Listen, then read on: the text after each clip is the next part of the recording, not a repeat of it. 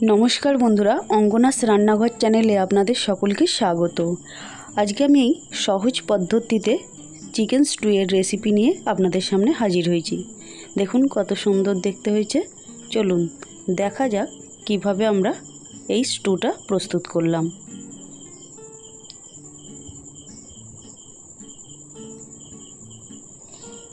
प्रथमे आमी एखाने चिकेन नियेछि এই 250 গ্রামের মতো। এইবার যে এভিডেন্সগুলো লাগছে আমি বলে দিই একটু। এখানে আমার লাগছে টমেটো কুচি, পেঁপে কুচো করে নিয়েছি, গাজর কুচো, ক্যাপসিকাম, আলু, ধনেপাতার ডাঁটি, আর লাগছে পেঁয়াজ। পেঁয়াজটা এইভাবেই কাটতে হবে। আর আমার লাগছে আদাটাকে গ্রেট করে নিয়েছি, রসুনটা আমি দুইভাবে কেটে নিয়েছি, আর একটু লাগছে লেবু আর কাঁচা লঙ্কার চেরা। এখানে আমার লাগছে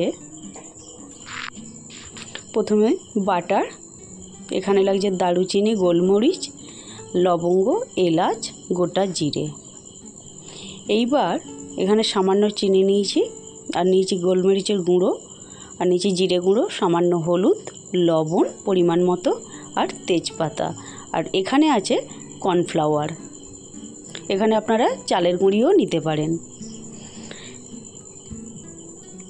প্রথমে আমি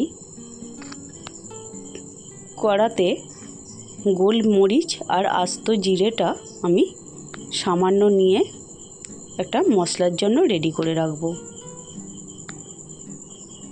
হালকাভাবে নেড়ে নিতে হবে, খুব বেশি ভাজলে হবে না।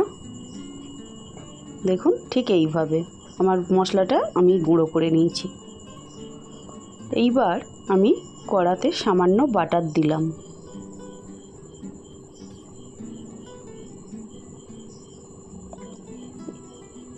এরপর আমি দেব তেজপাতা,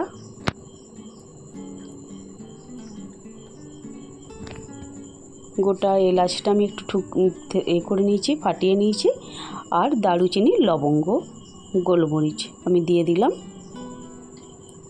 আমি যেভাবে দেখাচ্ছি আপনারা এইভাবে করবেন, খুব সহজ উপায়ে সুন্দর একটা স্টু পাবেন, আর খুব সহজ পদ্ধতিতেই হয়। আপনারা বাড়িতে ট্রাই করে দেখবেন। এইবার আমি রসুন কুচিটা দিয়ে দিয়েছি, আর এইখানটাতে খুব ধিম আঁচে করতে হবে।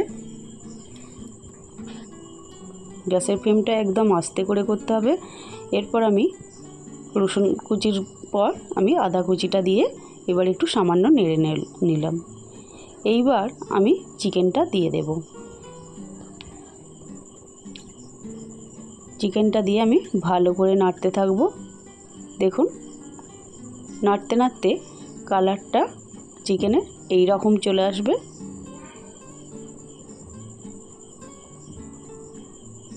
দেখুন চিকেনের কালারটা এরকম চলে আসলে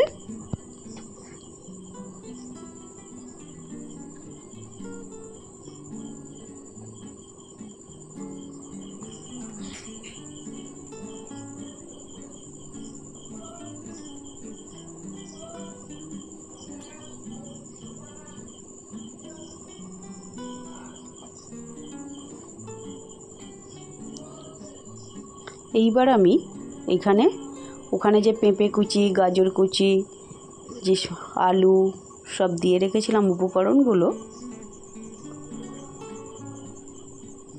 আমি আস্তে আস্তে দেবো। আমি প্রথমে পেঁপে আর গাজর কুচিটা দিয়েছি, দিয়ে এইবার পেঁয়াজ কুচি দিলাম, কাঁচা লঙ্কা চেরাটা দিয়ে দিলাম,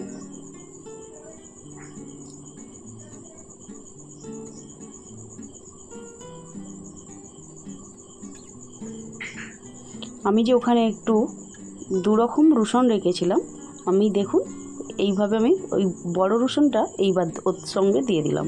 এতে একটা সুন্দর স্মেল আসে, আর খেতেও খুব টেস্ট হয়।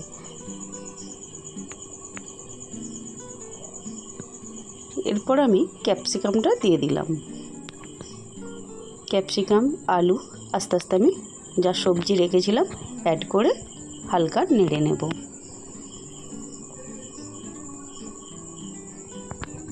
এটা আপনারা যখন কোনো বাড়িতে খুব দুর্বল হয়ে যায় রুগীরা থাকে তাদের ক্ষেত্রে আপনারা এই স্টুটা দিতে পারেন, খুব উপকার।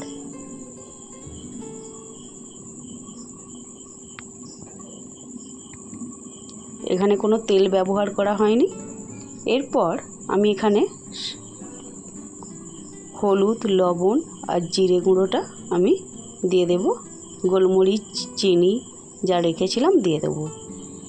আপনারা এই রকম রান্নাতে চিনিটা যে এই সময়টা দিয়ে দিলে সবজিগুলোর কালারগুলো বজায় থাকে।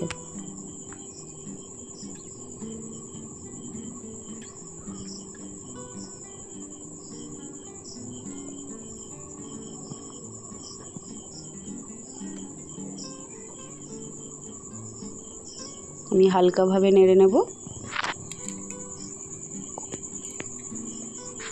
খুব বেশি নাড়লে হবে না। দেখুন এই অবস্থায় আমি এখানে যে মশলাটা রেডি করে রেখেছিলাম ওর অর্ধেকটা দিয়ে দিলাম। দিয়ে এইবার আমি এখানে টমেটোটা অ্যাড করলাম।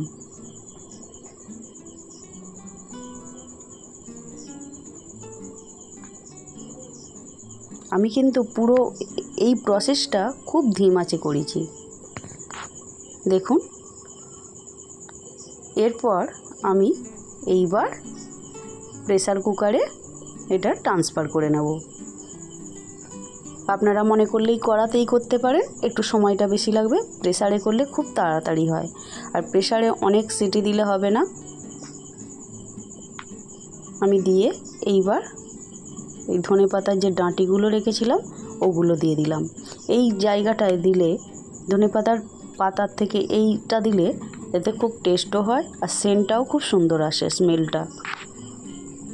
তাই আমি এখানে ডাঁটি ব্যবহার করেছি। আপনাদের ভালো লাগলে লাইক, কমেন্ট, শেয়ার করবেন আর সাবস্ক্রাইব করতে অবশ্যই ভুলবেন না। ইউটিউব চ্যানেলটা আমার সাবস্ক্রাইব করে বেল আইকনটা অল করে দেবেন। আর ফেসবুক থেকে যারা দেখছেন তারা পেজটা আমার ফলো করে নেবেন, আমার এটা রিকোয়েস্ট রইল। এইবার আমি প্রেসারের চাপাটা একটা সিটি হয়ে গেছে, দেখুন। আমি এইবার সঙ্গে সঙ্গেই সিটিটা খুলে তুলে নিলাম। বেশিক্ষণ রাখলে গলে যাবে, কিন্তু এখানে আমাকে সবজিগুলো আস্ত রাখতে হবে। আমি ওভেন থেকে নামিয়ে নিলাম।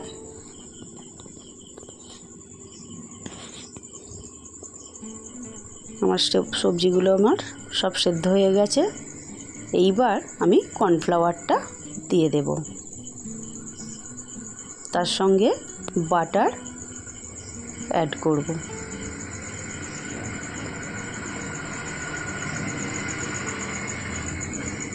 বাটারটা অ্যাড করে দিলাম। দেখুন কত সুন্দর স্টুটা দেখতে হয়েছে। এই স্টুটা খুব সুন্দর খেতে হয়েছিল, তাই আপনাদের সঙ্গে না শেয়ার করে পারলাম না। আর আমি যে অর্ধেকটা রেখে দিয়েছিলাম ভাজা মশলা, এইবার আমি পরিবেশনের সময় দিয়ে দিলাম গোলমরিচ আর ওই মশলাটা। চলুন আমার রেডি, আসছি পরের ভিডিও নিয়ে। ততক্ষণ পর্যন্ত আপনারা সুস্থ থাকবেন, ভালো থাকবেন আশা করছি। নমস্কার।